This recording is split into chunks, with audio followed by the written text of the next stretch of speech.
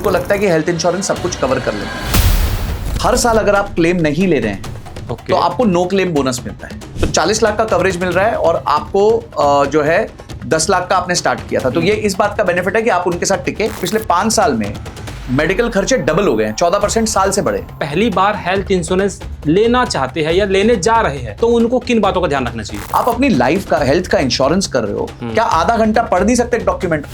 GST कम होने की वजह से प्रीमियम पे सच में अच्छा खासा फायदा होने वाला है यूजर्स को। कि कंपनी कभी भी ऑफरिंग को ऑप्टिमाइज नहीं करती, सिर्फ प्रीमियम को ऑप्टिमाइज करती है। चाहे आपके एम्प्लॉयर ने आपको पॉलिसी दी हो, उसके बावजूद भी आपके पास अपनी पॉलिसी होनी चाहिए। जिस दिन आपने रेजिग्नेशन डाल के निकले, अगले दिन वो इंश्योरेंस वैल्यू हो गई 0। आपको एड ऑन्स पे दिमाग मारना चाहिए आधा घंटा बैठ के शांति से कि क्या एड ऑन्स हैं, क्या नहीं है, क्या करना है, क्या नहीं करना। हमें किस कंपनी से अच्छा बेनिफिट मिलेगा? 2 तरह के क्लेम सेटलमेंट रेशियो होता है, एक अमाउंट का होता है, एक नंबर ऑफ इंक्वायरीज का होता है। कभी कभी एक और प्रॉब्लम इंश्योरेंस में ये भी एक चीज है, वो है कि नहीं, यहाँ पे थोड़ा गड़बड़ है। किसी का एक्सीडेंट हो गया हाँ, और डेथ नहीं हुई, भारत की सीमा से बाहर भी जो हमने इंश्योरेंस लिया है, क्या वहाँ पे भी वो काम करेंगे? आप अपनी पॉलिसी डॉक्यूमेंट को अपलोड करो ChatGPT पे, अच्छा। ठीक है, हाँ। और उसको बोलो कि भाई इसमें क्या कमी पेशी है, मेरे को बताओ।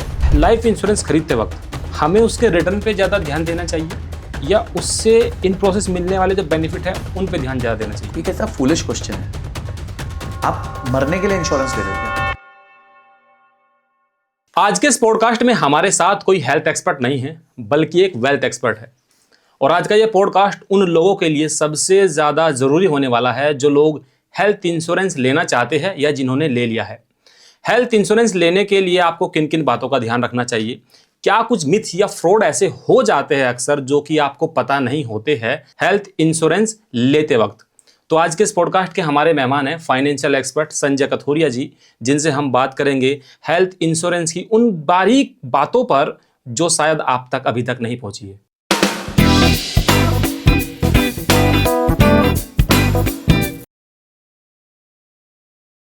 बहुत बहुत स्वागत है सर आपका हेल्दी पॉडकास्ट में। थैंक यू अंकुर, कैसे हो आप? आई एम गुड सर, और बहुत अच्छा लग रहा है आपको देख के, मैं और ज़्यादा मोटिवेट हो गया हूँ। Thank you so much sir, thank you so much sir. जब भी हम हेल्थ इंश्योरेंस के बारे में सोचते हैं और ऑल इंडिया लेवल पर जब हम देखते हैं तो मुझे लगता है कि बहुत कम लोग इस पर ज़्यादा फोकस करते हैं, ज़्यादा सीरियस होते हैं। तो इंडिया में हेल्थ इंश्योरेंस ना लेने के पीछे का क्या कोई मेन रीज़न है या उसके पीछे सिर्फ पैसों की कमी हो सकती है?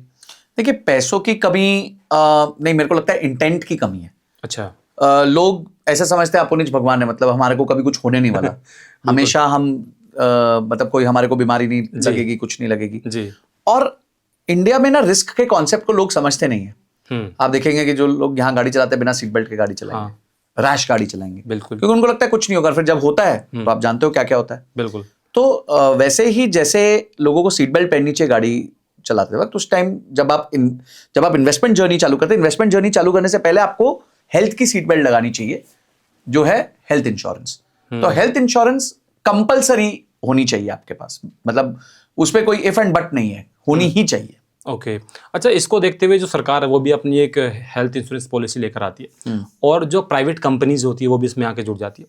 तो मैं थोड़ा सा ना डिफरेंस समझना चाहता हूँ कि जो गवर्नमेंट की जितनी भी हेल्थ इंश्योरेंस स्कीमें हैं या जो प्राइवेट वगैरह है, क्योंकि जिन लोगों के पास में सच में अगर पैसा है और थोड़े सीरियस है, फोकस है, वो प्राइवेट वाला वो ले लेंगे, लेकिन गवर्नमेंट वाला जो हेल्थ इंश्योरेंस जो स्कीम है वो ज़्यादा ज़रूरी है या उसके साथ साथ में जो है हम प्राइवेट भी ले सकते हैं? दोनों के बीच में एक छोटा सा अगर मैं आपसे डिफरेंस पूछूं तो क्या होगा? देखिए, जो गवर्नमेंट की इंश्योरेंस पॉलिसी है आयुष्मान भारत जी, उसके एक तो उसका लिमिटेशन है, 5 लाख से ऊपर का है नहीं जी।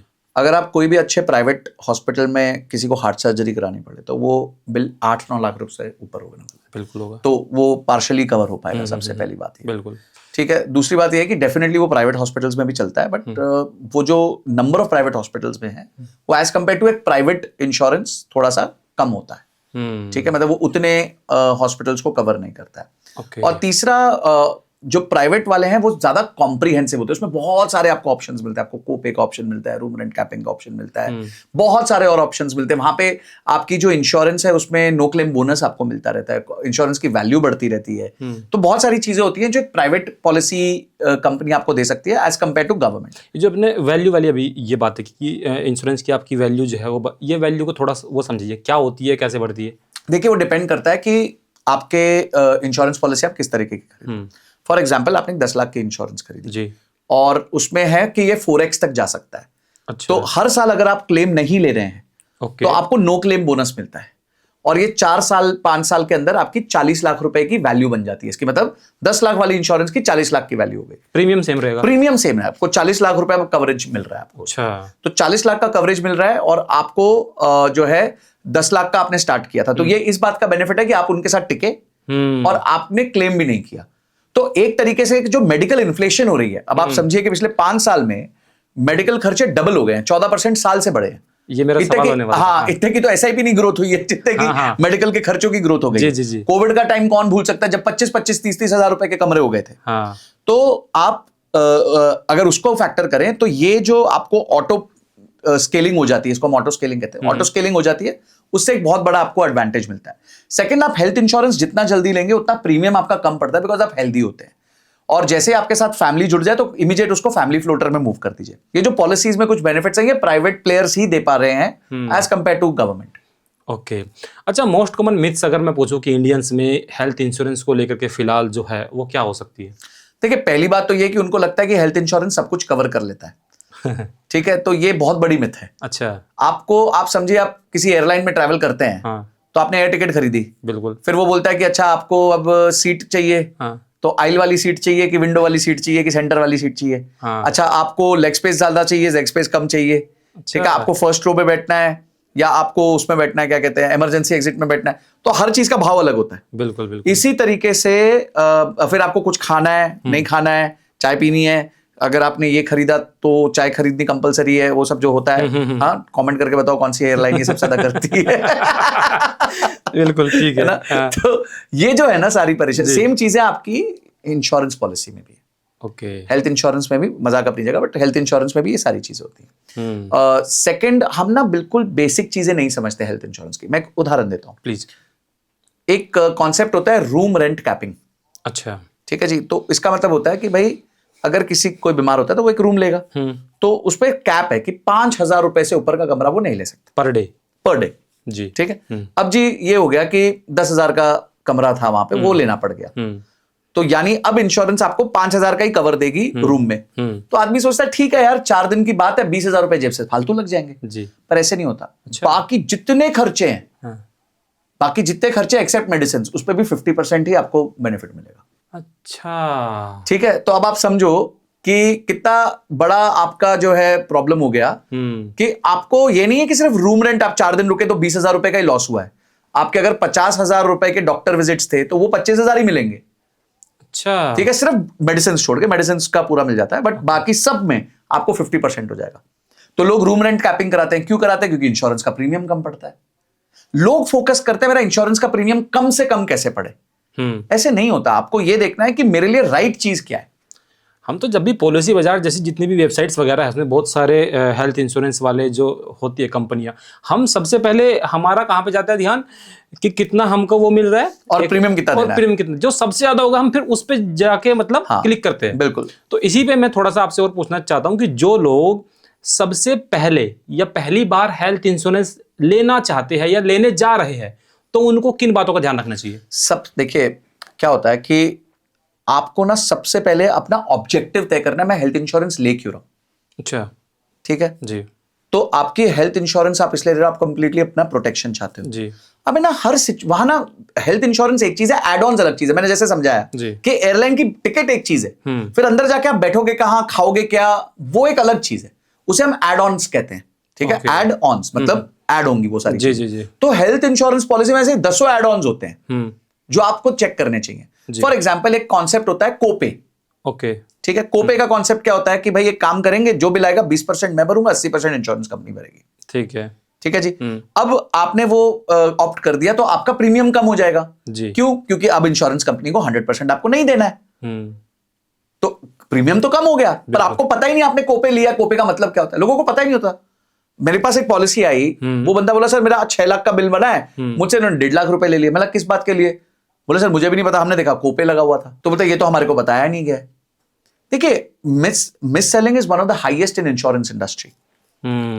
और मुझे, अगर आपको कोई गलत चीज देके जाता है ना, ये उसकी गलती नहीं है, ये आपकी गलती है।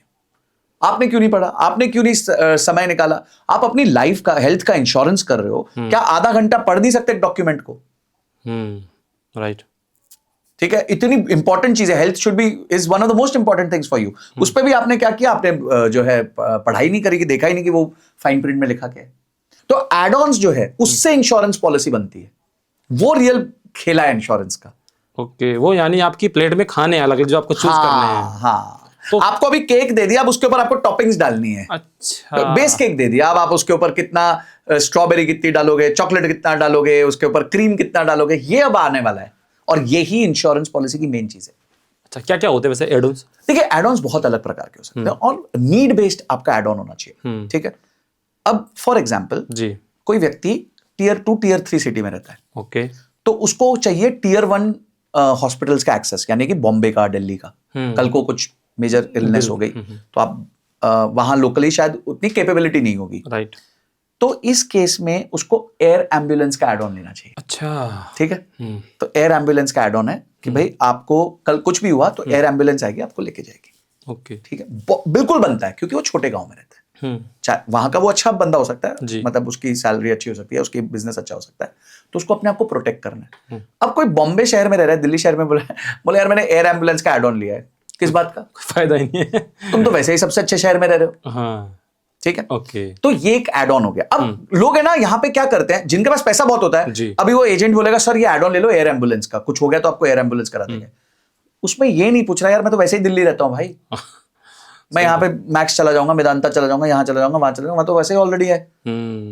बॉम्बे रहता हूं मैं, बॉम्बे में ऐसे 15 हॉस्पिटल है, चेन्नई रहता हूं मैं, चेन्नई में 15 हॉस्पिटल है। अरे हाँ, कोई गांव दराज का है तो बात समझ आती है। ठीक है, दूर दराज का कोई गांव का तो ये पहला एड ऑन हो गया। ठीक है, दूसरा एड ऑन हो गया जिसे हम कहते हैं कोपे। कोपे में जैसे मैंने आपको समझाया कि कितना बिल जो है वो जिसका इंश्योरेंस हो रहा है वो खुद भरेगा। तो फॉर एग्जाम्पल वो भर सकता है, कह सकता है कि भाई मैं तो 20% भरूंगा खुद से। उससे क्या होता है, आपका प्रीमियम कम हो जाता है। ठीक है, आपका प्रीमियम कम हो जाता है, पर वो नहीं करना चाहिए आपको। क्यों आप कोपे करना चाहते हो? आपने इंश्योरेंस ही खरीदी है इस बात के लिए कि भाई वो पैसा देवे, पूरा का पूरा, पूरा का पूरा, तो आप क्यों कोपे कर रहे हो? तो कोपे मेरे हिसाब से कभी भी नहीं करना चाहिए। कोपे की फुल फॉर्म क्या कर? कोपे, को मतलब CO, अच्छा, मिलके भरेंगे, मिलके कोऑपरेट। हाँ, कोऑपरेट पे वैसा समझ लो, हम दोनों साथ में मिलके भरेंगे। अच्छा, 100 रुपए है तो 80 तू भर देना, 20 मैं भरूंगा। 80 जो है इंश्योरेंस कंपनी भरेगी और मैं बाकी 20 रुपए भरूंगा। और उस 20 के चक्कर में हमारा प्रीमियम कम हो जाता है। प्रीमियम ऑब्वियसली, क्योंकि आपने बोला कि मैं 20 तो मैं ही भर दूंगा। अच्छा, ठीक है। तीसरा है डे केयर। ओके, ये बहुत इंपॉर्टेंट है। डे केयर में क्या होता है, फॉर एग्जाम्पल काफी ऐसी सर्जरीज होती हैं जिसमें आपको हॉस्पिटल में एडमिट नहीं होना होता। हाँ, ठीक है, कैटरैक्ट है जैसे, फॉर एग्जाम्पल लेजर है, तो ऐसे ऑपरेशंस में आपको नहीं वो एडमिट नहीं होना पड़ता, वो सुबह गए शाम तक वापस आ गए। तो अगर आपका डे केयर नहीं है तो उसका आपको रिइंबर्समेंट नहीं मिलेगा। तो आप कराएं, किसी को कैटरैक्ट हो गया, कैटरैक्ट कराने चला गया, वो तो इंश्योरेंस की पॉलिसी में पैसे ही नहीं मिले वापस। क्यों नहीं मिले? तुमने तो लिया ही नहीं था वार्डन। अच्छा, ठीक है जी। उसके अलावा जो होता है PED, सबसे बड़ा खेल जो होता है प्री एग्जिस्टिंग डिजीजेस में होता है। ओके, तो प्री एग्जिस्टिंग डिजीजेस में आपको बहुत क्लियरली बताना पड़ता है आपके पास क्या डिजीज है, उनको पता भी चल जाता है। तो उसमें वो टाइम देते हैं। फॉर एग्जांपल इस डिजीज के लिए आपको पहले 2 साल अगर इंश्योरेंस में इस पर्टिकुलर डिजीज के लिए, ठीक है, आपको परेशानी हुई तो हम पैसे नहीं देंगे। अच्छा, प्री एग्जिस्टिंग डिजीजेस यानी ये पहले से ही डिजीजेस है यहाँ पे, तो पहले 2 साल तो हम इसको परमिट नहीं करेंगे, उसके बाद परमिट करेंगे आपको कि ठीक है आप ये यूज करो। कैंसर का एड ऑन होता है, जैसे कीमोथेरेपी हो गई, तो उसके लिए अलग से एक एड ऑन आ जाता है। काफी जगहों पे तो कैंसर के लिए अलग पॉलिसीज लेके रखते हैं लोग। अच्छा, कि 10 लाख की, 20 लाख की आपने एक अलग पॉलिसी लेके रख ली सिर्फ कैंसर के लिए। कुछ हो गया कल को तो उसकी प्रीमियम ज्यादा नहीं होता। 10 लाख का प्रीमियम 1800-2000 रुपए साल का ऐसा कुछ होता है। अच्छा, बहुत ज्यादा नहीं होता। ठीक है, वो डिपेंड करता है आपकी एज और ये सब चीजों पर, बाकी सारी चीजों पर भी डिपेंड करता है। तो ये कुछ तरीके के एड ऑन्स मैं आपको जैसे बता रहा हूं कि क्या क्या एड ऑन्स होते हैं जी, जो आपको ध्यान रखने होते हैं जब आप पॉलिसी ले रहे हो तो। ओके। अच्छा, अभी आपने बातें की है प्री एग्जिस्टिंग जो डिजीजेज होती है, इनको लेकर के जब बातें होती है तो क्या होता है कि जब हम उसमें चीजें कुछ ऐड करते हैं वो पूछता भी है कि नहीं है, तो फिर प्रीमियम अचानक से बढ़ जाता है। हाँ, तो क्या ऐसी कोई बीमारियों पे फोकस करना चाहिए कि इनको लेकर के तो हमको रखना ही रखना चाहिए, या कुछ ऐसी ये बीमारी है प्री एग्जिस्टिंग जिसको कि आप इग्नोर भी कर सकते हो, कोई ज्यादा प्रॉब्लम नहीं है? देखिए मुझे ऐसा लगता है कि आपको अपना हेरिडिटरी हेल्थ चेक करना चाहिए कि आपके परिवार में क्या क्या परेशानियां हुई हैं पहले। फॉर एग्जाम्पल आपके केस में ऐसा लग रहा है कि भाई सबको ब्लड प्रेशर हो जाता है, तो ब्लड प्रेशर का ध्यान आपको रखना चाहिए। सबको आपको लग रहा है कि हार्ट का इशू है, तो हार्ट को रखना। तो वो एक थोड़ा सा आपको ट्रेंड मिल जाता है कि भाई अपने परिवार में क्या मेजर प्रॉब्लम्स रही हैं एंड उनको आपको मिनिमम जो है कवर करना चाहिए। पर मेरे हिसाब से कॉम्प्रिहेंसिव पॉलिसी होनी चाहिए जिसमें सब कुछ कवर्ड हो। मैं बता रहा हूं ये फर्क कुल मिला के एक समझिए 25 से 30 साल के व्यक्ति का मैं मानता हूं जी, ज्यादा से ज्यादा 5,000 रुपए साल का होगा। अच्छा, उससे ऊपर का नहीं होने वाला है। इससे मतलब अगर आपने सब बेस्ट पॉलिसी ले ली उसके बावजूद भी, जिसमें कोपे नहीं लगा हुआ है, कोपे भी नहीं लगा हुआ है, रूम रेंट पे कैपिंग भी नहीं है, कुछ भी नहीं है, 5-6 हजार रुपए ऊपर नीचे होगा। अब तो जीएसटी 0% हो गया, हाँ। तो जिसकी वजह से 9% के आसपास का बेनिफिट पास ऑन होगा, पूरा 18 नहीं होगा।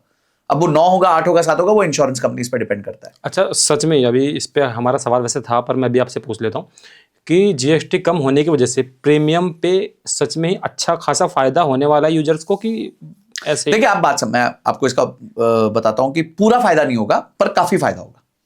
पूरा फायदा, हाँ मैं समझाता हूँ, जस्ट कैलकुलेशन के लिए मैं कह रहा हूँ। समझे आपने 50,000 का प्रीमियम भरा था, तो पहले 50,000 प्लस 18% जीएसटी 59,000 रुपीज भरते थे।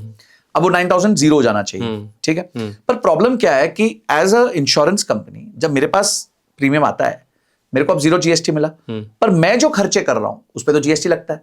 मैं मार्केटिंग कर रहा हूं उस पर जीएसटी लगता है। मैं क्या कहते हैं उसके बाद कंसल्टिंग सर्विसेज लेता हूं किसी की, उस पर जीएसटी लग जाता है। तो काफी चीजों पे जीएसटी लगता है। अब वो जीएसटी का तो मेरे को सेट ऑफ मिलेगा नहीं, क्योंकि जीएसटी मैं कलेक्ट ही नहीं कर रहा। पहले मैं कलेक्ट करता था, मैं कलेक्ट नहीं कर रहा, तो वो जीएसटी मेरी कॉस्ट बन जाएगी। हाँ, तो हर कंपनी के लिए ये कॉस्ट अलग होने वाली है। किसी की जिसके जितने जीएसटी वाले खर्चे होंगे उतनी उसकी कॉस्ट ज्यादा हो जाएगी। इसलिए मैं कह रहा हूं पूरे 9,000 का फायदा नहीं मिलेगा इधर। हो सकता है 4,500, मतलब 4,000 से लेकर 6,000 के बीच का फायदा अभी भी ट्रांसफर होगा, विच इज गुड। क्योंकि आप ऐसे देखिए कि 4 से 6,000 का फायदा 30 साल 40 साल के लिए ट्रांसफर हो रहा है। तो हर साल का आपका इतना बड़ा सेविंग हो रहा है जस्ट बिकॉज ऑफ जीएसटी। तो फायदा तो बहुत है, डेफिनेटली फर्क बहुत पड़ने वाला है, which is a good initiative. बहुत अच्छा काम किया है, एटलीस्ट अपनी तरफ से तो वो यही कर सकते थे। बिल्कुल बिल्कुल। तो वो फायदा हमको पास ऑन थोड़ा तो होगा।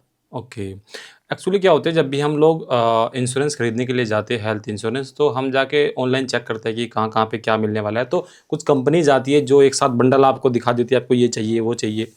कैसे लेना चाहिए हेल्थ इंश्योरेंस? क्या पॉलिसी बाजार जैसी जितनी भी बहुत सारी कंपनी है उनके थ्रू फ़ायदा है, या फिर जैसे HDFC अर्गो है या रिलायंस है, टाटा इंश्योरेंस है, इनके पास सीधे जाने से फ़ायदा होगा? कैसे लेना चाहिए? देखिए मुझे ऐसा लगता है कि आपको स्ट्रेट ब्रांड के पास नहीं जाना चाहिए, एग्रीगेटर प्लेटफॉर्म्स पे जाना चाहिए आपको।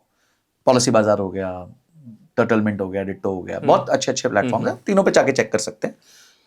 ये लिबर्टी आपके पास है जी। और मैं जैसे कहूंगा कि डिट्टो एज एन एग्रीगेटर ना बहुत सारे आर्टिकल्स भी लिखता है कि आपको किन चीजों पे ध्यान रखना चाहिए इंश्योरेंस खरीदने से पहले, क्या नहीं करना चाहिए। थोड़ा 5 मिनट पढ़ लो यार, कोई फर्क नहीं पड़ता। थोड़ा इतनी इंपॉर्टेंट चीज खरीद रहे हो लाइफ में, 30-40 साल का कमिटमेंट करने वाले प्रीमियम का, तो इतना तो बनता है कि थोड़ा सा पढ़ लिया जाए ठीक से उसको, है ना। बिल्कुल, लेकिन एक बात और भी होती है, जब हम इस तरह से किसी एग्रीगेटर के थ्रू जाते हैं तो दिमाग में एक चीज़ ये भी रहती है कि यार अगर हम इससे लेंगे या अपना कमीशन लेगा तो प्रीमियम हमारा बढ़ जाएगा। कभी ऐसा नहीं होता। आप डायरेक्ट जाएंगे तो शायद 4-5% का फर्क पड़ेगा, और मुझे लगता है कि फिर भी आपको एग्रीगेटर के थ्रू जाना चाहिए, क्योंकि कंपैरिजन आपको एग्रीगेटर के थ्रू मिलता है।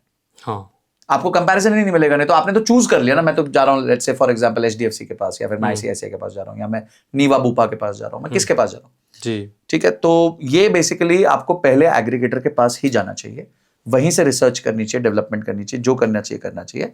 और आप मत सोचो कि एग्रीगेटर क्या कमा रहा है, क्योंकि इंश्योरेंस इंडस्ट्री में जी, आपको पैसबैक बहुत इजीली मिलेगा नहीं। कि ब्रांड देखो, ब्रांड अगर ये करने लग गया कि 20-20% कम करने लग गया, तो एग्रीगेटर रखेगा क्यों उस ब्रांड को? सही बात है कि भाई आपने मेरे वेबसाइट पे देख लिया HDFC अच्छा है, अब जाके HDFC की वेबसाइट से खरीदा तो उसने 20% डिस्काउंट दे दिया, तो आपने मेरे से क्यों नहीं खरीदा? तो HDFC को बोलेगा ठीक है भाई, आगे से मैं तेरा नाम हटा देता हूं, यहां से दिखाऊंगा ही नहीं। तो कंपेटिटिव इंडस्ट्री है, ऐसे नहीं है आपको प्रीमियम से बहुत जबरदस्त फर्क ऐसे नहीं मिलेगा यहाँ पे। और यार आपका कुल मिला के प्रीमियम ही 15-20 हजार होने वाला, क्या आप किस बात के लिए आर्ग्यूमेंट कर रहे हो यार? क्या होता है ना, ये तो बात सही है आपकी, लेकिन जब वो देना पड़ता है ना, जब वो कटते हैं ना, यार 20,000 रुपये कट रहा है, हाँ। अरे यार वो कट रहा है।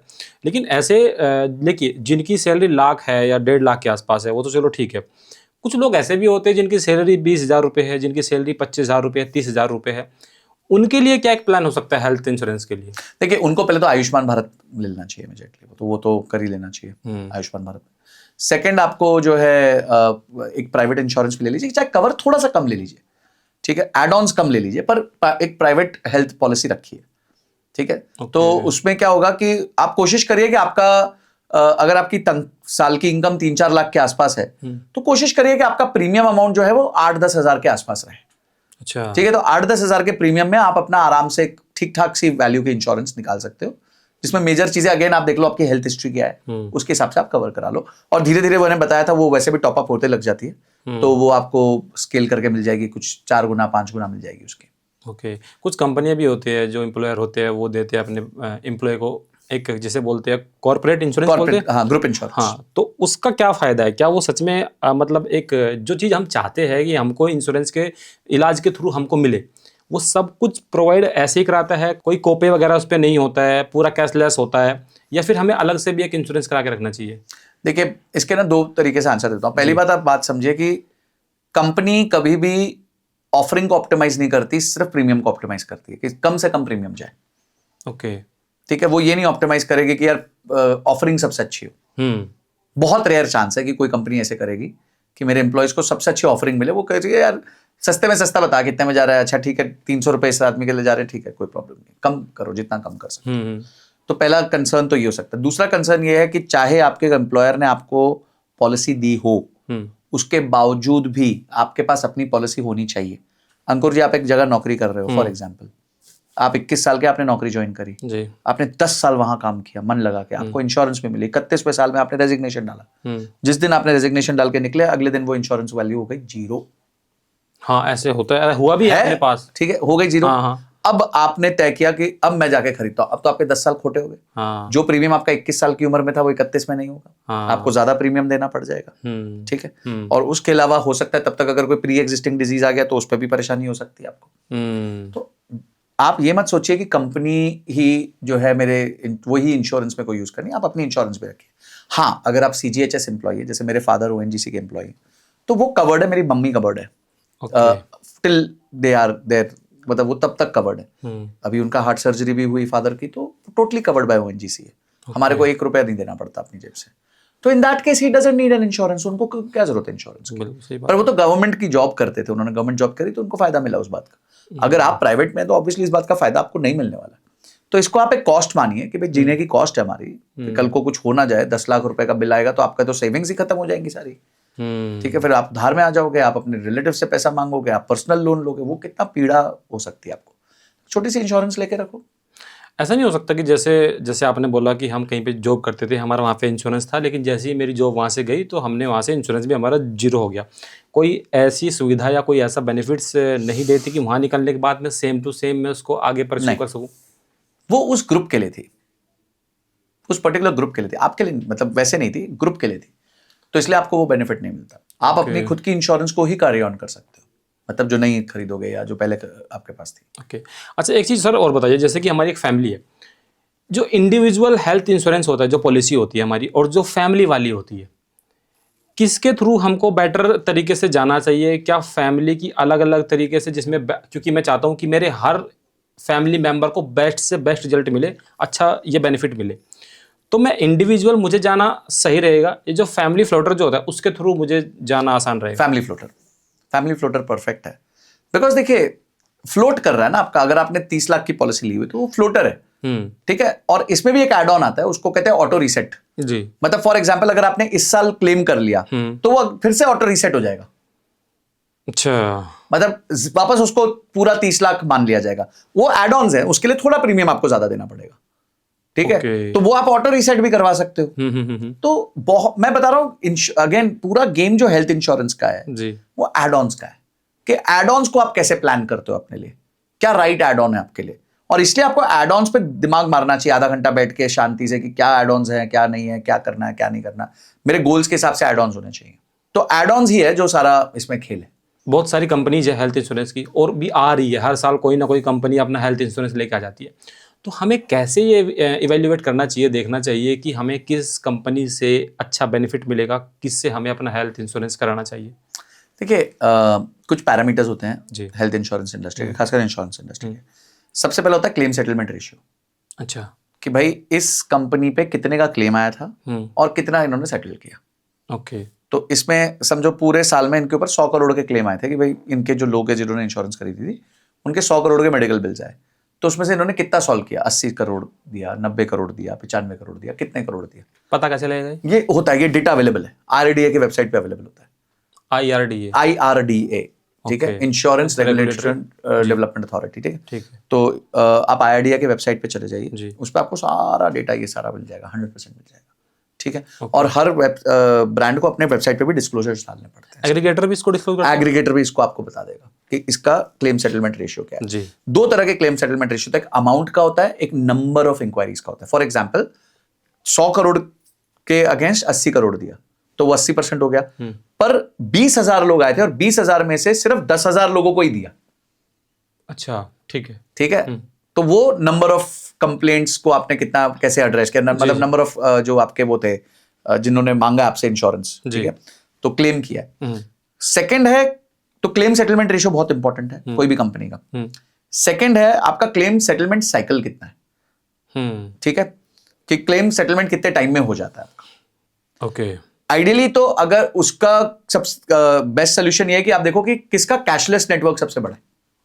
अच्छा, अगर कैशलेस है तो वैसे ही कोई इश्यू नहीं है, आप गए कैशलेस ही, आपको कुछ करना नहीं है, वहां सीधा सीधा हॉस्पिटल और इंश्योरेंस कंपनी एक दूसरे से बात करेंगी और आपको जो है अपने सेक्शन का पैसा देना है। हो सकता है कुछ एग्जेम्प्ट आइटम्स होते हैं इंश्योरेंस में से, वो पैसा देना और बाकी सब इंश्योरेंस आपका कवर कर देगा, ठीक है। तो ये आपका हो गया कि कैशलेस कितने हॉस्पिटल्स का नेटवर्क उस इंश्योरेंस कंपनी के साथ जुड़ा हुआ है, जितना ज्यादा होगा उतना अच्छा होगा। जो लिख के रखती है कि 400 हॉस्पिटल कैशलेस है, वो हाँ वाला? बिल्कुल बिल्कुल बिल्कुल, इतने हॉस्पिटल हमारे कैशलेस हैं, इतने हॉस्पिटल कैशलेस है, तो ये नेटवर्क जितना बड़ा होगा उतना एज अ कंज्यूमर आपको फायदा होने वाला है। तो क्लेम सेटलमेंट रेशियो हो गया, claim settlement ratio in terms of number of वो हो गया कि जिन जिन लोगों ने क्लेम मांगा है। तीसरा आपका हो गया कैशलेस नेटवर्क कितना उसका है, ठीक है। चौथा उनका सॉल्वेंसी रेशियो होता है। सॉल्वेंसी रेशियो ये बताता है कि कंपनी कितनी सॉल्वेंट है, कल को अगर परेशानी होगी, दिक्कत होगी तो बचेगी कि नहीं बचेगी, ठीक है। तो वो नंबर होता है जनरली 1.6 से ऊपर होना चाहिए, 1.5 1.6 अगर उसके ऊपर है तो परफेक्ट है, कोई प्रॉब्लम नहीं है। ऐसा तो नहीं है कि कंपनी गायब हो जाएगी, डब्बा हो जाएगी। तो वो भी हमें देखना है ना भाई, आप एंड ऑफ द डे तो इस पे भरोसा कर रहे हो ना, मैं तो प्रीमियम दे रहा हूँ, जिस दिन इसकी ड्यूटी आई पता चला कंपनी बोरिया बिस्तरा उठा के चली गई तो हाँ, और हम वहां खड़े हैं, प्रीमियम भी दे दिया और पैसे भी नहीं मिले, ऐसा नहीं होना चाहिए। तो इसलिए वो एक सॉल्वेंसी रेशियो आपको चेक करना होता है इसमें। उसके अलावा ना ये भी एक चीज देखो, कंपनी बड़ा ब्रांड होना चाहिए। मतलब ऐसे कोई बहुत ही छोटी मोटी कोई कंपनी हो तो ठीक नहीं है, बड़ा अच्छा ब्रांड हो, मतलब जिसपे आप ट्रस्ट कर सको, जैसे HDFC हो गया, ICICI हो गया, SBI हो गया, मतलब बड़ी बड़ी जो कंपनीज हैं, जितनी बड़ी अच्छी कंपनीज है, मैक्स हेल्थ केयर हो गया। ऐसे कोई मैं रिकमेंडेशन नहीं दे रहा, मैं एक एग्जांपल, बहुत सारी और कंपनीज होंगी, मेरे नाम नहीं है मुंह पे उनका, तो कुछ नाम है जो मैंने आपसे बताया। तो एक बड़ा ब्रांड हो जिसपे आप ट्रस्ट कर सको कि यार ये ब्रांड जो है बढ़िया रहेगा मेरे को उसमें। और उसके अलावा जो है आपको ये देखना है कि वो पॉलिसी में अगेन क्या क्या फीचर्स और बेनिफिट्स है, फिर तो वो आपका वापस एड ऑन्स क्या मिल रहे हैं, कितनी बार रीसेट हो सकता है वो, उसके बाद उसमें क्या कहते हैं कितने रुपए का प्रीमियम पड़ रहा है पर डे बेसिस पे आपको फाइनली।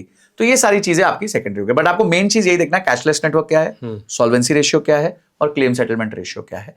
और इनका एक वो होता है कि कितनी कंप्लेंट इनको आई थी और उन्होंने कितनी सॉल्व करी, ठीक है। तो वो भी एक इनको रेटिंग मिलती है, काइंड ऑफ इसको नेट प्रमोटर स्कोर कह सकते हो आप। अच्छा अच्छा। तो नेट प्रमोटर स्कोर मिलता है कि कितने अच्छे थे ये कंप्लेंट्स रिजॉल्व करने में। ओके। तो उससे भी आपको कंपनी के डेप्थ का पता चल जाता है। ओके। अभी कैशलेस की आपने बातें की, जो कैशलेस हॉस्पिटल्स होते हैं कैसे काम करते हैं, कुछ बता सकते हैं कि कैशलेस हॉस्पिटल्स के काम करने का तरीका क्या होता है? क्या वो कुछ इस तरीके से बढ़ा चढ़ा के बिल तो नहीं बता देते जिससे कि जहाँ पे मेरा बिल हुआ 50,000 का और कंपनी से उन्होंने लिया है 70,000, 80,000, 90,000? क्या थोड़ा सा प्रोसीजर आप बता सकते हैं कैसे काम करता है? कैशलेस कार्ड्स होते हैं आपके पास, आप कैशलेस कार्ड दिखाते हो अपना, देखिए आपको कवरेज क्या मिलेगा वो आपका इंश्योरेंस कंपनी डिफाइन करता है, ठीक है। फॉर एग्जाम्पल किसी को हार्ट सर्जरी करानी है, अगर वो उसके इंश्योरेंस में इंक्लूडेड है तो उसको मिलेगा पैसा, ठीक है। इसमें ना एक और गड़बड़ हो जाती है जी। कभी कभी, एक और प्रॉब्लम इंश्योरेंस में ये भी एक चीज है, वो है कि इसमें ना बीमारी के लेवल पे कैपिंग होती है। बताइए थोड़ा सा। बीमारी के लेवल पे कैपिंग है, मतलब भाई हार्ट सर्जरी होगी तो सही, अगर किसी को हार्ट सर्जरी जो चाहिए जी। पर 5 लाख से ऊपर नहीं देंगे, तो कल को 15 लाख की हार्ट सर्जरी होगी फॉर एग्जाम्पल, आप बेस्ट हॉस्पिटल चले गए, बेस्ट डॉक्टर से करा लिया देश के, और 15 लाख की हार्ट सर्जरी होगी तो 10 लाख आपको देने पड़ेंगे। अच्छा। हाँ, तो डिजीज लेवल कैपिंग होती है, ओके तो आपको डिजीज लेवल कैपिंग भी नहीं रखनी है, ओपन रखना है। मेरी सारी पॉलिसी का अमाउंट अगर एक ही डिजीज पे भी चला जाता है तो मेरे को कोई प्रॉब्लम नहीं है। मैं बता रहा हूं, इतने छोटे छोटे फाइन प्रिंट्स होते हैं ना अंकुर, आप सोच नहीं सकते हैं। ये वही है जो मैंने आपको बताया था कि भाई फ्लाइट के अंदर घुस गए तो फिर पैसा कमाएंगे अब आपसे, तो अब तो घुस गए अंदर। ठीक है, तो ये आपका डिजीज लेवल कैपिंग भी नहीं होना चाहिए। तो अभी अगर डिजीज लेवल कैपिंग नहीं है और ये डिजीज आपने मतलब आपकी इंश्योरेंस पॉलिसी में दिया गया है, हॉस्पिटल के पास कोई अधिकार नहीं है हाँ ना करने का। अच्छा, हॉस्पिटल अगर एम्पैनल्ड है तो एम्पैनल्ड है, बस मुद्दा खत्म। हाँ, ये हो सकता है कि फिर वो आपका बिल जब बनाएगा तो वो बताएगा कि ये चीज एग्जेम्प्ट है, ये चीज एग्जेम्प्ट नहीं है, इतना में कोपे है आपका, इतने में ये है, तो आपको पता चल जाएगा। मैंने 15 लाख का बिल क्लेम मारा था, अब मिला मुझे 9 लाख या 6 लाख, मुझे अपनी जेब से डालना है। ओके, ठीक है, तो ये अब इसको तो वही मैं कह रहा हूं, आपको अपनी इंश्योरेंस पॉलिसी को स्टडी करना पड़ेगा ये सारी चीजों के लिए। ओके, तो ये भी एक मत करना भाई कि डिजीज लेवल भी कैपिंग मत करना इसमें। उसमें होता है कि आप ये ओके। अच्छा, अगर कुछ ऐसी कंपनीज होती है जो मतलब मिस सेलिंग करती है या फ्रॉड करती है, तो क्या क्या पॉइंट्स हो सकते हैं जब वो कुछ ऐसी बातें बोले तो हमें अलर्ट आ जाए कि नहीं यहाँ पे थोड़ा गड़बड़ है।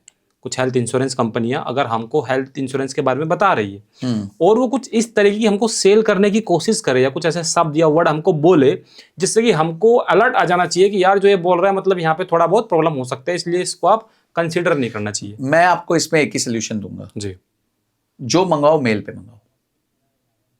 ओके, हाँ, जबान की कोई कीमत नहीं है, लड़ाई में लिखित की कीमत होती है। अगर कल को अब वो कह दे सर मैंने तो कहा था, आप बोलोगे मुझे समझा नहीं, उस टाइम नेटवर्क खराब था, मैं बाहर था, इधर था उधर था, हो गया कल्याण फिर आपका। तो आप लिखित में मंगाओ कि क्या आपको मिल रहा है, क्या आपको नहीं मिल रहा है। ठीक है, दूसरा आप अपना रिक्वायरमेंट एक्चुअली ना स्टार्ट विद रिक्वायरमेंट। आप खुद लिखो ना, रूम रेंट नो कैपिंग, ठीक है, कोपे 0, ठीक है, disease level capping 0, no, okay, not applicable. Okay, ठीक है, डे केयर यस, मेरे को चाहिए डे केयर, आप अपनी रिक्वायरमेंट लिख के दो ना। एयर एम्बुलेंस नॉट रिक्वायर्ड, अगर दिल्ली या मुंबई में। हाँ, मतलब आप डिजाइन करो ना अपना पैकेज, खुद डिजाइन करो और बाद में भेज दो एजेंट को कि भाई मेरे को ये चाहिए, अब बता बेस्ट कौन सा पैकेज इसमें। पर आप करोगे कैसे जब तक आपको इंश्योरेंस की नॉलेज नहीं है। अब बोलो नहीं सर कौन सा कोर्स करना है इंश्योरेंस के लिए, कोई कोर्स नहीं करना है इंश्योरेंस के लिए। 4 वीडियोस देख लो यार, हमारी देख लो यूट्यूब पे, हमने बहुत बना ली हेल्थ इंश्योरेंस पे वीडियोस। अच्छा, तो आप देखो ना जाके, फ्री है कि भाई ये 15-20 पॉइंट होते हैं, उसके बाद पर आपका होता है। फॉर एग्जाम्पल एक और मैं बात बताता हूँ जी, सबसे बड़ा रिस्क पता है क्या है? जी, कि किसी का एक्सीडेंट हो गया हाँ, और डेथ नहीं हुई, तो यहाँ पे नहीं मिलेगा। लॉस ऑफ नहीं, आपको एक्सीडेंट तक का मिल जाएगा पर आपका लॉस ऑफ इनकम हो गया, वो बोल दिया कि 6 महीने आपको बेड रेस्ट है, आपका ऑफिस खत्म हो गया, आपकी तनख्वाह खत्म हो गई, तो इसके लिए भी एड ऑन है। अच्छा, होता है? हाँ, वो क्या होता है बताइए। भाई आपका किसी का एक्सीडेंट हो गया, हाँ, एक्सीडेंट हुआ तो कुछ बॉडी पार्ट फ्रैक्चर हो गया, बंदा कोमा में चला गया, तो उस टाइम पे क्या होगा? उस टाइम पे उसकी इनकम लाइवलीहुड खत्म हो गई है, बिल्कुल हो गई। तो उसने कुछ एक्स समय के लिए आपको इनकम लाइवलीहुड का पैसा बने मिलेगा इंश्योरेंस कंपनी जितना वो कमाता था, यस, वो इंश्योरेंस कंपनी देगी। वो इंश्योरेंस कंपनी देगी। ठीक है, तो ये आप एक एड ऑन जो है जोड़ सकते हो अपने उसमें, उसकी कॉस्ट बनेगी ऑब्वियसली। ये तो वो ये ना आइल सीट लेनी है कि विंडो सीट लेनी है, ये सब हो रहा है, पर आपको पता होना चाहिए ना ये मेरे लिए इंपॉर्टेंट है कि नहीं है। इसलिए मैं कह रहा हूं ये गलत नहीं है कि वो हमें ऑफर कर रहे हैं, पर गलत ये होगा कि हम बिना सोचे समझे बेसुध होके कुछ भी खरीद ले। हमारे को क्लियरिटी होनी चाहिए कि हमें क्या चाहिए। तो ये आपका बेसिकली ये कवर मिल जाता है आपको कि जहां पे हेल्थ खराब हो गई और अब आप ऑफिस नहीं जा पा रहे, तो आपका इनकम का भी कॉम्पनसेशन ये लोग कर देते हैं। ट्रीटमेंट जब हम हेल्थ पॉलिसी लेते हैं तो हम सोचते हैं कि हमें अगर कुछ होगा तो अपने देश में ही हमारा इलाज होगा, आसपास के शहरों में हमारा हो सकता है, लेकिन कभी कभी क्या होता है कि कुछ ऐसी डिजीज़ होती है, कुछ ऐसी बीमारियां होती है जिनको ट्रीटमेंट के लिए हमको सिंगापुर, अमेरिका, दुबई वगैरह भी जाना पड़ता है। तो भारत की सीमा से बाहर भी जो हमने इंश्योरेंस लिया है, क्या वहाँ पे भी वो काम करेंगे या फिर उसके लिए अलग से एक एड ऑन करना पड़ता है? बिल्कुल, एक एड ऑन अलग से करना पड़ेगा और उसमें आपको डिफाइन करना पड़ेगा कि बाहर की ट्रीटमेंट का कितना वैल्यू आपको रखना है। कि आपको उसमें $1 लाख रखना है, $50,000 रखना है, कितने डॉलर रखना है आपको। ये कंट्री टू कंट्री डिफर भी हो सकता है कि जैसे नहीं, वो डिपेंड करता है, जैसे वो पॉलिसी टू पॉलिसी डिपेंड करता है कि वो लोग कितनी कंट्रीज के साथ उनका टाई अप है। जैसे उनको पता होता है कि भाई इंडिया ज्यादा कहाँ जाते हैं, यूएई जाएंगे, सिंगापुर जाएंगे, यूएस जाएंगे, यूके जाएंगे, ऑस्ट्रेलिया जाएंगे, तो इन कंट्रीज में ज्यादा टाई अप्स वो लोग कर देते हैं। तो उस हिसाब से उनके टाई अप्स होते हैं और फिर वो आप एड ऑन ले लो। ऑब्वियसली वो एड ऑन काफी महंगा होता है बिकॉज वो उनके लिए जो ग्लोबल इंटरनेशनल ट्रैवलर्स हैं। अच्छा, वैसे ये किस कंडीशन में ये करना ही करना चाहिए, हमको कुछ बता सकते हैं आप? अगर आप बहुत एक्सटेंसिवली ट्रैवल करते हो तो तब लेना चाहिए। तब लेना चाहिए, अगर आपका ट्रैवल बहुत ज्यादा है। अच्छा, ट्रैवल के आधार पे लेना चाहिए, ना कि बीमारी के? हाँ ऑब्वियसली ट्रैवल के आधार पे लेना चाहिए ना। आपका ट्रैवल अगर आप ज्यादा कर रहे हो और बाय चांस आप उधर पहुंच गए और वहाँ बीमार और हो गए। वहां बीमार हो गए तो फिर आपके लिए इजी हो जाएगा ना। अच्छा। हाँ, क्योंकि देखिए बीमारी तो आपको पता नहीं ना फ्यूचर में क्या आने वाली है क्या नहीं आने वाली। हाँ हाँ हाँ। ठीक है, वो तो राइट। या तो आप बहुत ही रिच हैं तो आप देखिए कुछ लोग अच्छा ओवर कवर कर देते हैं। ठीक है, वो कहते हैं यार कर लो यार, कोई फर्क नहीं पड़ता, 50,000 रुपए साल का दे देंगे हम। उनको फर्क नहीं पड़ता होगा, लाख रुपए दे देते हैं, कोई प्रॉब्लम नहीं। अभी जैसे मेरे क्लाइंट है, उन्होंने 1.5 करोड़ का कवर लिया हुआ है। मतलब क्या, किस बात का 1.5 करोड़, मतलब कौन सी ऐसी बीमारी है जो 1.5 करोड़ में होगी आप? और सर ये प्रीमियम कितना होगा उनका लगभग? उनका प्रीमियम था करीबन 1.25 लाख रुपए के आसपास साल का? हाँ 1.25 लाख का प्रीमियम है। अब उनको फर्क नहीं पड़ता है, 1.25 lakh is nothing for him, बहुत छोटा अमाउंट है उनके लिए। वो महीने का 30-40 लाख का रेवेन्यू करते हैं, बिजनेस करते हैं। ठीक है, उनको पता है ठीक है साल का अपने प्रोटेक्शन जरूरी है। भाई जिसकी जो सोच, जिसकी जो औकात कह लो, वो उस हिसाब से सोचेगा कि भाई मैं फुल्ली प्रोटेक्टेड होना चाहता हूँ। सारे कवर मारे हुए हैं, ये भी सारे एड ऑन्स मारे हुए हैं। कभी कभी क्या होता है, कुछ ऐसे एक्सीडेंट या कुछ ऐसी बीमारियां हो जाती है कि हॉस्पिटल्स में तो चलो वो एडमिट थे, लेकिन हॉस्पिटल के बाद भी डॉक्टर सजेस्ट करते हैं कि आपको घर में जो है ये थेरेपीज आपको डेली करनी चाहिए, और इस थेरेपी के लिए आपको एक अलग से एक्सपर्ट की जरूरत होगी, जो हेल्थ एक्सपर्ट्स होगा। उसको भी क्या हेल्थ इंश्योरेंस में कवर कर सकते हैं? यस, नर्सिंग को भी कवर कर सकते हैं। जब घर पे अगर आपको नर्स की आवश्यकता है तो उसके लिए भी अलग से एक एड ऑन आता है। वो एड ऑन अगर आप अप्लाई करेंगे तो आप नर्स को भी कवर कर सकते हैं। कोई दिन कुछ होता है उसका? नहीं ऐसा नहीं, वो अमाउंट होते हैं। ये सारी चीजें अमाउंट्स पे होती हैं कि कितने का कवर करना है आपको। 20,000 रुपए महीने का करना है, 30,000 रुपए महीने का करना है, कितने महीनों के लिए करना है एडवेस्ट। ये सारे उसे भाई लॉजिक है ना, आपको एंड ऑफ द डे उनको पैसा देना है तो वो तो अपने आप को बचाने की, सबसे ज्यादा बचाने की कोशिश करेंगे ना कि भाई अच्छा आप 6 महीने से ऊपर नहीं कर सकते, आप नर्स को मैक्सिमम हम 25,000 रुपए महीना देंगे, उसके ऊपर आपको देना पड़ेगा। तो ये सब रूल्स और बाउंड्रीज सेट हो जाती हैं और आप उसका एड ऑन ले लेते हो। तो सर ये तो देखो, जब हम हेल्थ इंश्योरेंस लेते हैं तो हमारे दिमाग में ना सिर्फ एलोपैथिक जो थेरेपी होती है ना, तो हमारे दिमाग में वही रहती है, ऑपरेशन, काटा पीटी, एक्सीडेंट वगैरह उसमें होगा। लेकिन आजकल क्या है, यूनानी भी एक थेरेपी है, आयुर्वेद भी एक थेरेपी है, होम्योपैथिक भी है। तो कुछ डिजीज ऐसी होती है जो आयुर्वेद से अच्छा कवर हो सकती है। तो क्या आयुर्वेद के लिए भी हेल्थ इंश्योरेंस हो सकता है या होम्योपैथी के लिए भी? बिल्कुल हो सकता है। उसको कहते हैं आयुष। आयुष, आयुर्वेदा, योगा, यूनानी, शिरोधरा। ओके। तो इसको अगर आप जोड़ेंगे तो आयुष बन जाता है। तो आयुष का आप एक्स्ट्रा एड ऑन ले सकते हैं, जिससे अगर आपकी ट्रीटमेंट्स इनके तहत आती हैं, डॉक्टर रिकमेंडेड अगर इनकी ट्रीटमेंट्स आ जाती हैं तो इस पे भी आपको इंश्योरेंस कंपनीज जो हैं वो पे करेंगी। पहले नहीं करती थी। अच्छा, पहले नहीं अभी जब से हमारी गवर्नमेंट ने फोकस किया इन सारी चीजों पे, तो उन्होंने उसका पार्ट बना दिया है। तो जिस वजह से एक बहुत बड़ा सेक्टर आयुर्वेदा का ओपन हो गया, जिससे आप देखेंगे कि बहुत सारे थेरेपी सेंटर्स और ये सब ओपन होने लग गए हैं। क्योंकि अब उनको, पहले क्या होता था, लोगों को अपनी जेब से देना पड़ता था, अब यहाँ पे एटलीस्ट कुछ इंश्योरेंस से इनको मिल जाता है, तो उसका फायदा निकाल लेते हैं। ओके, तो आयुर्वेद में भी आप इलाज कराइए पैसा? बिल्कुल बिल्कुल, आप आयुर्वेदा ट्रीटमेंट्स पे भी आराम से बेझिझक इलाज कीजिए। ओके, तो सर हेल्थ इंश्योरेंस में अगर मैं आपसे पूछूं कि बिगेस्ट हिडन जो पिटफॉल्स होते हैं वो क्या हो सकते हैं? हेल्थ इंश्योरेंस का बिगेस्ट हिडन पिटफॉल इंश्योरेंस नहीं है, आपकी अंडरस्टैंडिंग है। ओके। आप बायर हो, यस, तो बायर को अवेयर तो होना पड़ेगा ना। बिल्कुल। आज लोग प्रोटीन पाउडर खरीदते हैं तो उसके पीछे पढ़ते हो कितनी शुगर है, कौन सी वाली शुगर है क्या नहीं है। बिल्कुल है। ठीक है, 1,000 रुपए का वन टाइम परचेज है, 2,000 रुपए का वन टाइम परचेज है, यहां आपका लाइफ लॉन्ग परचेज है और आपकी हेल्थ निर्भर है इस चीज पे। तो भाई अगर आप वहां पे लेबल पढ़ते हो तो यहाँ पे भी लेबल पढ़ लो, इंश्योरेंस का भी लेबल पढ़ लो, क्या लिखा है, क्या टर्म्स हैं, क्या कंडीशंस हैं, कहां पे आपको प्रॉब्लम हो सकती है। अच्छा आजकल तो बहुत इजी हो गया, आप अपनी पॉलिसी डॉक्यूमेंट को अपलोड करो ChatGPT पे। अच्छा ठीक है, और उसको बोलो कि भाई इसमें क्या कमी पेशी है, मेरे को बताओ, कहाँ मेरे लिए रिस्क है बताओ। वो आपको 4 मिनट में सारी लाके दे देगा कि ये 10 रिस्क है आपके ऊपर। ओके, आपको मतलब अब तो आपको कंसल्टिंग की भी जरूरत नहीं है, आप जाके खुद ही कर सकते हो ये सारी चीजें। बहुत ईजी हो चुका है, पूरा डॉक्यूमेंट चढ़ा दो और बोलो मेरे लिए क्या रिस्क है इसमें, मैं पॉलिसी होल्डर हूं, तो आपको बता देगा ये सारे रिस्क है। और एड ऑन्स जो है, तो एड ऑन्स आपको लेने पड़ेंगे, ऑप्शन नहीं है। अब कौन सा एड ऑन कितने का लोगे वो आपकी पर्सनल सिचुएशन पे डिपेंड करता है। जैसे हमने एक सिंपल उदाहरण दिया एयर एम्बुलेंस का जी, तो वो आपकी पर्सनल सिचुएशन पे डिपेंड करता है, किसी को चाहिए किसी को नहीं चाहिए। ओके, ठीक है, तो आपको अपनी पर्सनल सिचुएशन के हिसाब से अपने जो है ये निकालने पड़ेंगे कि कौन सा एड ऑन मेरे लिए सूटेबल है और कौन सा एड ऑन मेरे लिए सूटेबल नहीं। फैमिली फ्लोटर लीजिए। कुछ एड ऑन्स तो लेने ही चाहिए जो मुझे लगता है मिनिमम। एक है एक्सीडेंटल कवर वाला, जो है कि भाई एक्सीडेंट होने के बाद अगर 5-6 महीने के लिए आपकी इनकम बंद हो जाती है तो कुछ एक मिनिमम इनकम आपको मिले, वो वाला कवर आपको लेना ही चाहिए जी। क्योंकि एज आई सेड कि बहुत बड़ा रिस्क होता है कि आप इंजर्ड हो गए पर आपकी डेथ नहीं हुई। हाँ, ये भी एक बहुत बड़ा रिस्क है। तो उसमें तो खर्चा ही आएगा ना, उसमें खर्चा ही आएगा आगे और आपकी इनकम बंद हो जाएगी। हाँ। ठीक है। सेकेंड जो बहुत जरूरी राइडर है वो है कि प्री एग्जिस्टिंग डिजीजेस का टाइम कम किया जा सकता है। तो अगर कोई प्री एग्जिस्टिंग डिजीज पे 3 साल का वेटिंग पीरियड है तो आप उसको घटा के 1 साल 2 साल भी कर सकते हैं। उसके लिए प्रीमियम बढ़ जाएगा आपका, ऑब्वियसली प्रीमियम बढ़ जाएगा। तीसरा आपका जो इंपॉर्टेंट राइडर है वो है डे केयर। कि डे केयर के आपके पास जो है वो होनी चाहिए कि जो भी सर्जरीज डे केयर में हो जाती है, आपका कैटरैक्ट हो गया या फिर ऐसा इस तरीके की छोटी छोटी सर्जरीज हो गई जो दिन में निपट जाती है, आपको एडमिट नहीं होना पड़ता उनका भी इंश्योरेंस होता है? उनका अलग से इंश्योरेंस है ना, डे केयर का एड ऑन डालना पड़ता है आपको। उसमें एड ऑन होता है? एड ऑन होता है। इंश्योरेंस एक ही होता है, ये एड ऑन होता है बस जो होता है। तो डे केयर का add on is very very important. अच्छा, एक होता है क्रिटिकल इलनेस कवर।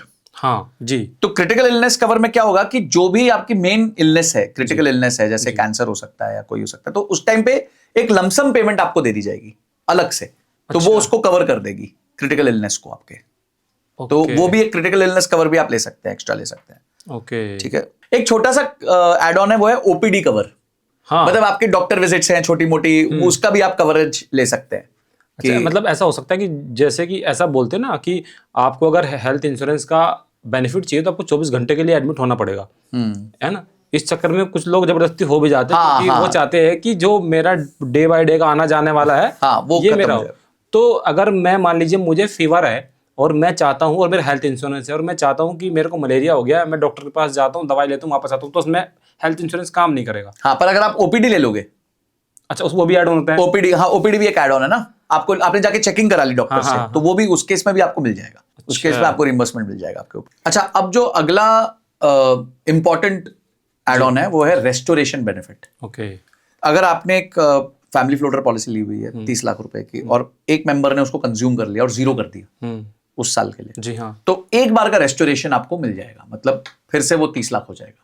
तो आप एक बाय चांस अगर आपको कुछ हो, किसी को हो गया फैमिली में और 10 लाख रुपए और लग गए, तो अगर रेस्टोरेशन बेनिफिट नहीं लिया होगा तो वो 10 लाख पूरे आपके जेब से जाएंगे। हाँ। बट अगर आपने लिया होगा तो आपके जेब से नहीं जाएंगे, वो भी एड ऑन। तो वो भी एड ऑन है। तो हर तरीके का एड ऑन है यहाँ पे। आपको क्या सूट करता है ना, वो आपको चेक करना पड़ेगा। आप क्या अफोर्ड कर सकते हो और आपको सूट क्या करता है और आपकी रिक्वायरमेंट क्या है।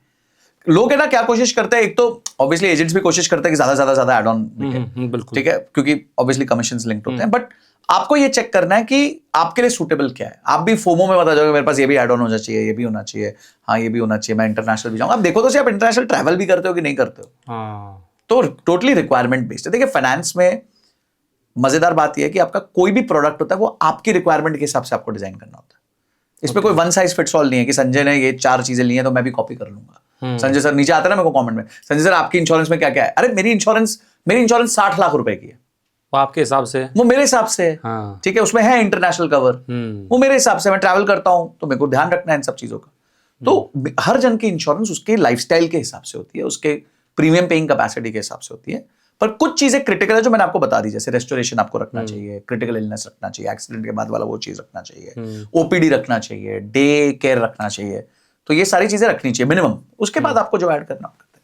ओके। अच्छा सर, एक बात और बताइए, जैसे कि एक फैमिली में है मियाँ बीवी 2 बच्चे और उस हस्बैंड के माता पिता, तो क्या मियाँ बीवी बच्चों सहित उसका अलग लेना चाहिए और जो मिलेगा ही अलग आपको? फैमिली फ्लोटर में ना आपके पेरेंट्स जो है वो भी अलाउड हो सकते हैं, कुछ पॉलिसीज में अलाउड होते हैं, पर आइडियली नहीं करना चाहिए क्योंकि उनकी एज ज्यादा होती है, तो फिर प्रीमियम उनके हिसाब से सेट हो जाता है। ठीक है, तो आप बिल्कुल सेपरेट रखिए। आपके इन लॉज हो गए, आपके खुद के पेरेंट्स हो गए, सबके लिए अलग अलग पॉलिसीज बनाइए, अपने लिए अलग पॉलिसी बनाइए। आप यंग कपल हैं, अभी शायद बच्चा हुआ ही है या क्या स्टेज में है आप अपनी लाइफ के, वो उसके हिसाब से आएगा, क्योंकि आपके पेरेंट्स की स्टेज तो ऑब्वियसली आपसे ज्यादा होगी। बिल्कुल। तो तब you have to protect that side. Okay. अच्छा सर, एक चीज़ होता है एक्सीडेंटल इंश्योरेंस जो होते हैं। अभी मैं अपने बैंक में गया था, तो बैंक में मुझे कुछ KYC कराना था वहाँ पे दोबारा से, तो उन्होंने साथ साथ मेरे को एक चीज़ भेज दिया कि आप एक काम कीजिए, 2,000 रुपये का सालाना ले लीजिए और 40 लाख तक का आपको एक्सीडेंटल इंश्योरेंस ये मिल जाएगा। इस तरह के जितने भी इंश्योरेंस होते हैं ये सच में काम करते हैं क्या, इनको लेना चाहिए या वही चीज़ हमको हेल्थ इंश्योरेंस में भी बेनिफिट हो जाता है? नहीं, आपको ऐसे देखिए, ये छोटी छोटी चीजें अलग अलग मत लीजिए। एक तो या तो लाइफ इंश्योरेंस के साथ लीजिए या आप इसके साथ लीजिए, क्या कहते हैं, हेल्थ इंश्योरेंस के साथ लीजिए। Okay, don't buy separate things. बहुत सारी सेपरेट चीजें कर दी, इतने के लिए ये, थर्ड पार्टी के लिए ये, उसके लिए ये, तो ये सब मत करिए। आप 2 प्रोडक्ट खरीदिए, एक हेल्थ का खरीदिए और एक लाइफ का खरीदिए। उसी में जो करना है करते रहिए, एड ऑन्स जोड़ जोड़ के। ओके, थोड़ा लाइफ इंश्योरेंस के बारे में बात करना चाहता हूँ। तो लाइफ इंश्योरेंस जब हम वो लेते हैं तो यही होता है कि अगर हम मर जाते हैं अचानक से, या फिर एक होता है कि ज़िंदगी के साथ भी, ज़िंदगी के बाद भी। लेकिन लाइफ इंश्योरेंस खरीदते वक्त हमें उसके रिटर्न पे ज़्यादा ध्यान देना चाहिए या उससे इन प्रोसेस मिलने वाले जो बेनिफिट है उन पे ध्यान ज़्यादा देना चाहिए? कौन सा रिटर्न? अरे ये मिलता नहीं है कि अगर आप मतलब इतने साल आप मरे नहीं तो आपको इतना पैसा वापस मिल हाँ जाएगा। हाँ हाँ हाँ, ऐसा होता है ना। देखिए, आप एक बात समझिए, ये बड़ा फनी, मेरे को बहुत फनी लगता है। अच्छा, अब आप ऐसा पिक्चर कीजिए कि एक बंदा, एक एजेंट गया अपने क्लाइंट के पास, उसने बोला कि भाई ऐसे आप लाइफ इंश्योरेंस ले लीजिए, जी, अगर आपकी डेथ हो गई तो आपके फैमिली को 1 करोड़ रुपए मिल जाएगा। हाँ तो कितने साल तक प्रीमियम देना जी? हाँ, भाई समझो 25 साल प्रीमियम देना। ओके, ओके, ठीक है। और अगर मैं जिंदा बच गया तो? हाँ, ये कैसा फूलिश क्वेश्चन है। आप मरने के लिए इंश्योरेंस ले रहे हो क्या ये फूलिश क्वेश्चन नहीं है कि आप मरने के लिए इंश्योरेंस ले रहे हो?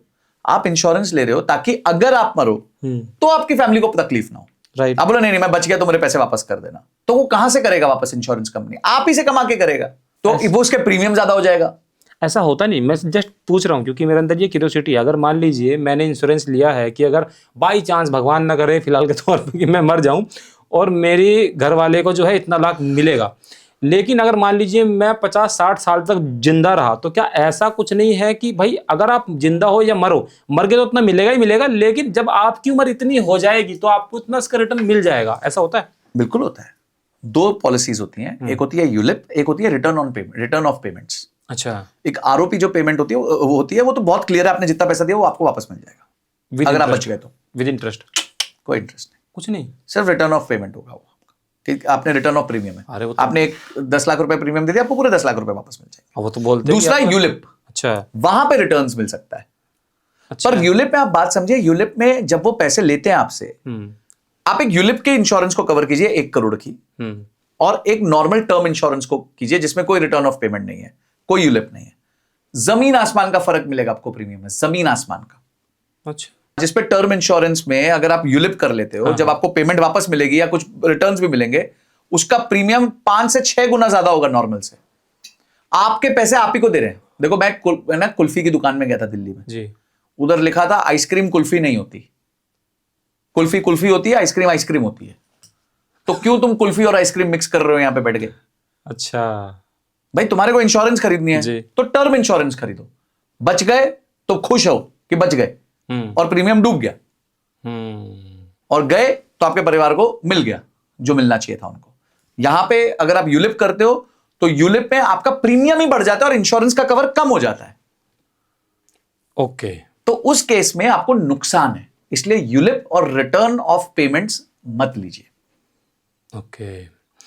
किस एज में जाके हमको लाइफ इंश्योरेंस लगभग सब हर किसी को ले लेना चाहिए?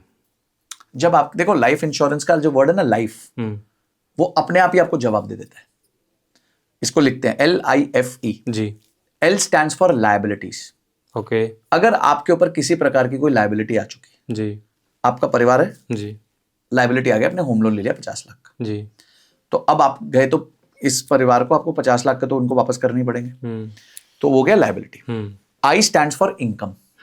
अगर आप गए तो आप चाहते हो कि आपके 10 से 15 साल की इनकम आपके परिवार को मिले ताकि वो घर चला सके। तो अगर आपकी इनकम 10 लाख रुपए है तो हम 10 साल मानते हैं, 10 × 10 1 करोड़ रुपए हो गया। तो 1 करोड़ रुपए वो जोड़ दीजिए, तो 50 लाख का लोन, 1 करोड़ रुपए का आपका इनकम, ताकि वो घर चला सके। जी, F मतलब फ्यूचर गोल्स, आपके बच्चों की पढ़ाई, आपके बच्चों की शादी। आपने सोचा था जी 1 करोड़ रुपए उस काम के लगेंगे, तो वो 1 करोड़ भी उनको मिलना चाहिए, तो 2.5 करोड़ हो गया। ई मतलब इमरजेंसी फंड। अगर कोई इमरजेंसी फंड, तो वो आप कहते हो 15-20 लाख रुपए पड़ा होना चाहिए। तो अब आपको टोटल कितना इंश्योरेंस चाहिए? 50 लाख जी, 1 करोड़, 1 करोड़ 50, 1 करोड़ जी, और 20 लाख, तो आपको 2 करोड़ 70 लाख का इंश्योरेंस देना है। पर इस टाइम पे आपके पास 50 लाख रुपए के म्यूचुअल फंड्स हैं, तो आप वो माइनस कर दीजिए जी। क्योंकि वो यूज कर सकते हैं ये सब काम करने के लिए। तो 2,20,00,000 का आपको इंश्योरेंस करके देना है बस। ये सिंपल सरल फ्रेमवर्क है जिसके थ्रू आप कैलकुलेट कर सकते हो कि आपको कितनी लाइफ इंश्योरेंस खरीदनी है। LIFE। ओके, एक चीज़ थोड़ा सा मैं इसमें और आपसे पूछना चाहता हूँ कि जो आपने अभी होम लोन का नाम लिया है, होम लोन जब हम इतना बड़ा लोन लेते हैं तो उस पर भी एक इंश्योरेंस होता है कि अगर आप चले जाते हैं, कुछ हो जाता है, तो कंपनी ही आपका जो लोन का पेमेंट है वो करेगी, ऐसा होता है? क्या होता बिल्कुल होता है। वो जब आप होम लोन लेते हो तो वो कंपनी आपको इंसिस्ट करती है कि आप एक इंश्योरेंस भी लो, पर वो इंश्योरेंस कभी भी आपको उनसे नहीं लेना चाहिए, वो आपको 3 गुना 4 गुना प्रीमियम पे देते हैं। अरे तेरी। हाँ, ऑब्वियसली आपका हाथ मरोड़ा हुआ है ना उन्होंने। अगर आपने HDFC से लोन लिया है तो HDFC से पॉलिसी लेने से इग्नोर करे, कुछ और देखे। हाँ, आप उन 3 बैंकों के साथ होम लोन का नेगोशिएशन करें। एक्चुअली होता क्या है ना, लोग प्लान नहीं करते जी, ठीक है। वो कहते हैं भाई होम लोन चाहिए 5 दिन में चाहिए, 6 दिन में चाहिए, तो बैंक को समझ आ गया कि इनको तो चाहिए, तो अभी तो कहीं भागेगा नहीं, वो बोल देता मैं 6 दिन में दे दूंगा, और उसको आपको लगता है तो भगवान है, साक्षात अवतार आ गया हमारे को मदद करने, वो 5-6 दिन में दे भी देता है, साथ में बोलता है सर ये जरा एक इंश्योरेंस आप साइन कर देते हो। ठीक है यार, 50 लाख का इंश्योरेंस तो खरीदना पड़ेगा, बाहर से भी खरीदना पड़ेगा, इधर से भी खरीदना पड़ेगा, पर अगर आप बाहर से खरीदते बहुत सस्ता पड़ता। पर यही अगर आप 1 महीना पहले जाके प्लान्ड तरीके से जाओ, बोलो सुनो भाई 4 बैंक के पास जा रहा हूं, इंश्योरेंस तुमसे नहीं खरीदूंगा, इंश्योरेंस बाहर से खरीदूंगा, पर खरीदूंगा जरूर, दिखा दूंगा, मेरे को बताओ क्या टर्म्स है। तो thank you so much Sanjay sir, आपके साथ मिलके बहुत मजा आया, और खास करके जो टिप्स आप देते हैं, जो एडवाइस आप देते हैं, खास हम तो बहुत आपको फॉलो ही वो करते हैं फाइनेंस के रिगार्डिंग भी, लेकिन हेल्थ के रिगार्डिंग जो आपने दी है, ये बहुत सारी बातें तो ऐसी भी थी जो शायद मुझे भी नहीं पता थी जी। लेकिन धीरे धीरे अब जो भी मैं हेल्थ इंश्योरेंस लूंगा या जो और भी लोग लेंगे जो है, ये पॉडकास्ट उनके लिए बहुत ज़्यादा ज़रूरी होने वाला है, क्या एड ऑन होना है, क्या नहीं होना है, ये सब होने वाला है। So thank you so much sir इतनी वैल्यूएबल इन्फॉर्मेशन देने के लिए। और आपके लिए भी मैं एक बात बोल दूं कि अगर आप चाहते हैं कोई हेल्थ इंश्योरेंस लेना या आप ले चुके हैं, उसको दोबारा से आप कुछ चेंज करना चाहते हैं, तो संजय सर की एडवाइस जो इस हेल्दी पॉडकास्ट में उन्होंने आपको बताई है वो काफ़ी खास होने वाली है। पूरे पॉडकास्ट को ध्यान से सुनिएगा। संजय सर ने जो भी टिप्स ट्रिक्स और एड ऑन क्या होता है, डे केयर क्या होता है, एक एक चीज़ को जो अच्छे से एक्सप्लेन किया है, वो आपके लाखों रुपए बचा भी सकती है और लाखों रुपए आपके नुकसान भी करा सकती है, दोनों ही हो सकते हैं। तो ये पॉडकास्ट आपको कैसा लगा हमें कमेंट करके बताइए, और संजय सर से आप और किस मुद्दे पर बात करना चाहते हैं वो भी आप कमेंट करके बता सकते हैं। और संजय सर से अगर आप कोई कंसल्ट करना चाहते हैं, एडवाइस लेना चाहते हैं, तो आप संजय सर के इंस्टाग्राम जाके DM भी उनसे आप कर सकते हैं, या इस पॉडकास्ट के कमेंट बॉक्स में भी आप उनके लिए एक सवाल छोड़ सकते हैं जो कि उन तक पहुंच जाएगा। तो बहुत बहुत धन्यवाद।